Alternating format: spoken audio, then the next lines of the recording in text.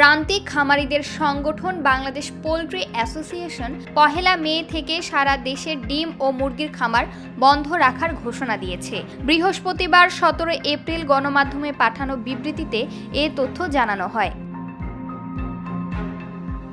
বিবৃতিতে বিপিএর সভাপতি মোহাম্মদ সুমন হাওলাদার অভিযোগ করেন, সারা দেশে প্রান্তিক ডিম ও মুরগির খামারিদের মধ্যে হাহাকার দেখা দিয়েছে। গত ২ মাসে প্রায় ১,২৬০ কোটি টাকার লোকসানের মুখে পড়েছেন তারা। এমন পরিস্থিতিতেও সরকার নীরব ভূমিকা পালন করছে। তিনি বলেন, প্রান্তিক খামারিরা রমজান ও ঈদ মৌসুমেও ভয়াবহ লোকসান গুণে প্রতিদিন ২০ লাখ কেজি মুরগি উৎপাদন করেছে। প্রতি কেজিতে ৩০ টাকা লোকসান ধরে ১ মাসের লোকসান হয়েছে প্রায় ৯০০ কোটি টাকা।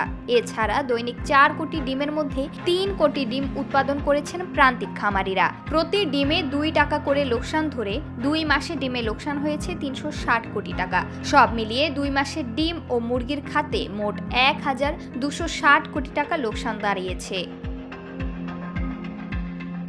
এই অবস্থায় সরকার ও নিয়ন্ত্রক সংস্থাগুলোর নীরব ভূমিকার সুযোগে কিছু কর্পোরেট কোম্পানি পুরো পোল্ট্রি শিল্প দখলের ষড়যন্ত্রে নেমেছে উল্লেখ করে বিবৃতিতে বলা হয়, কর্পোরেট কোম্পানিগুলো শুধু ফিড, বাচ্চা ও ওষুধই নয়, ডিম ও মুরগির বাজারও নিয়ন্ত্রণ করছে। তারা কৃত্রিম সংকট তৈরি করে প্রান্তিক খামারিদের কন্ট্রাক্ট ফার্মিংয়ের দাসত্বের দিকে ঠেলে দিচ্ছে বলে অভিযোগ করা হয়। তাই তারা ডিম ও মুরগির খামার বন্ধ রাখার সিদ্ধান্ত নিয়েছে।